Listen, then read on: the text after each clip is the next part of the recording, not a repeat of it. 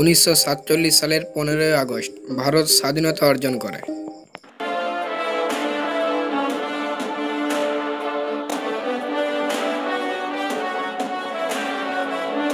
কিন্তু ভারতের পশ্চিমবঙ্গ 1947 সালের 15 আগস্ট স্বাধীন হয়নি।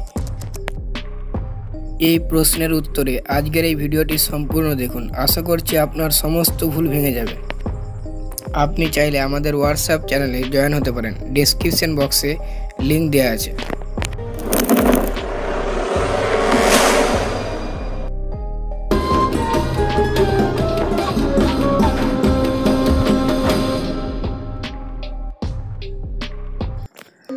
সালটা ছিল 1947 সালের 15 আগস্ট।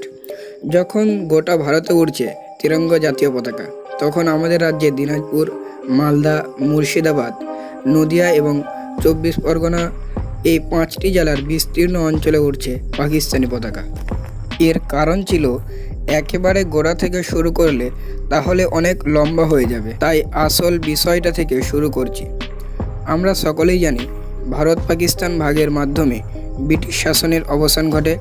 পূর্ববঙ্গ ও উত্তর ভারতের মুসলিম অধ্যুষিত অঞ্চল নিয়ে গঠিত হয় পাকিস্তান, আর বাকি ভারত স্বাধীন ভারতবর্ষ হিসাবে পরিচিতি লাভ করে। নবগঠিত দুটি দেশের সীমানা নির্ধারণের দায়িত্ব দেওয়া হয়েছিল সিরিল জোন্স রেডক্লিফ নামে এক ব্রিটিশ আইনজীবীকে। রেডক্লিফ সাহেবের ভারতবর্ষের ভূগোল সম্পর্কে কোনো আইডিয়া ছিল না।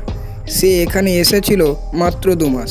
তার বেঙ্গল বাউন্ডারি কাউন্সিলের কাছে সময় ছিল খুবই কম, তাই ফিল্ডে না গিয়ে তাড়াতাড়ি করে অফিসে বসে লাইন টেনে ভারত পাকিস্তানের নতুন ম্যাপ তৈরি করা হয়। তার ফলে কি হলো, আমাদের বাংলার একটি বড় অংশ হিন্দু প্রধান হওয়া সত্ত্বেও পাকিস্তানের দিকে চলে যায় এবং কিছু মুসলিম অধ্যুষিত এলাকা ভারতে চলে আসে। দিনাজপুর, মালদা, মুর্শিদাবাদ, নদিয়া, 24 পরগনার বনগাঁ মহকুমা হিন্দু সংখ্যাগরিষ্ঠ হলেও পাকিস্তানের অংশ হিসাবে চিহ্নিত হয়। অপরদিকে মুসলিম প্রধান যশোর এবং খুলনা চলে যায় ভারতে। 12ই আগস্টের পর থেকে এই খবর চারিদিকে ছড়িয়ে পড়ে, যার ফলে খুবই দ্রুত চাপা উত্তেজনা ও আতঙ্কের পরিবেশ তৈরি হয় ওই সব জায়গায়। পরে ওই খবর পৌঁছায় ভারত সরকারের কাছে। তখন ভারত সরকার সিদ্ধান্ত নেয়, মুসলিম অধ্যুষিত অঞ্চল পাকিস্তানের অংশ হবে আর হিন্দু অধ্যুষিত অঞ্চল ভারতে চলে আসে।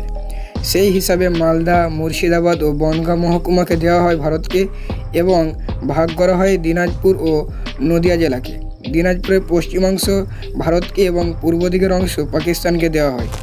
নদিয়া, রানাঘাট, কৃষ্ণনগর রয়ে যায় ভারতে আর কুষ্টিয়া মহকুমা চলে যায় পাকিস্তানে।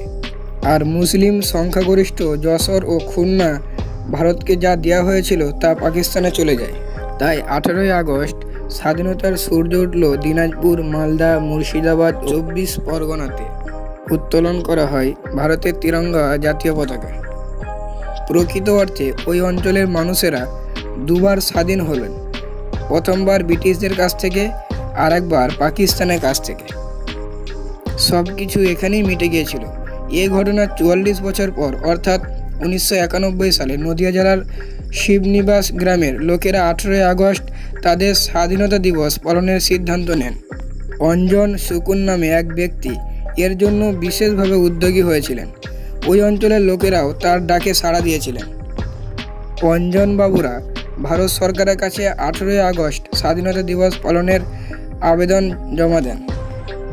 তৎকালীন সরকার শিবনিবাস গ্রামের লোকেদের 18ই আগস্ট পতাকা উত্তোলনের অনুমতি দেন। তারপর থেকে নদিয়ার শিবনিবাস গ্রামে মহা ধুমধামের সঙ্গে স্বাধীনতা দিবস উদযাপন করা হয়।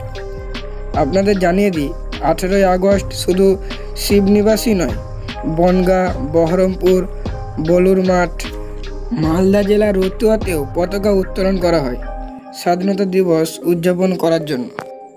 সত্যি ভাবতে অবাক লাগে, একই দেশে বছরে দুবার স্বাধীনতা দিবস উদযাপন করা হয়। আপনাদের এলাকায় যদি বছরে 2বার স্বাধীনতা দিবস উদযাপন করা হয়ে থাকে, অবশ্যই কমেন্টে জানাবেন। ধন্যবাদ।